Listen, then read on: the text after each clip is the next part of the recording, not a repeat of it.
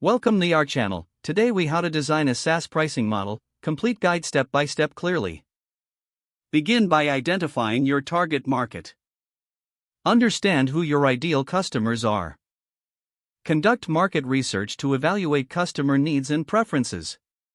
Analyze competitor pricing strategies to identify industry benchmarks.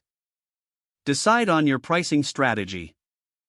Choose between models like tiered pricing, flat rate pricing, or usage-based pricing.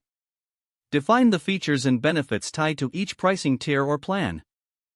Establish clear value propositions for your service. Calculate your cost structure.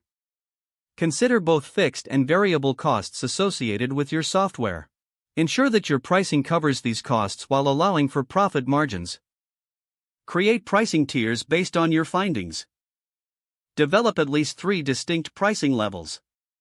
Offer a free trial or freemium model to attract initial users. Set the pricing details for each tier. Make sure each tier reflects the corresponding value and features. Test your pricing model.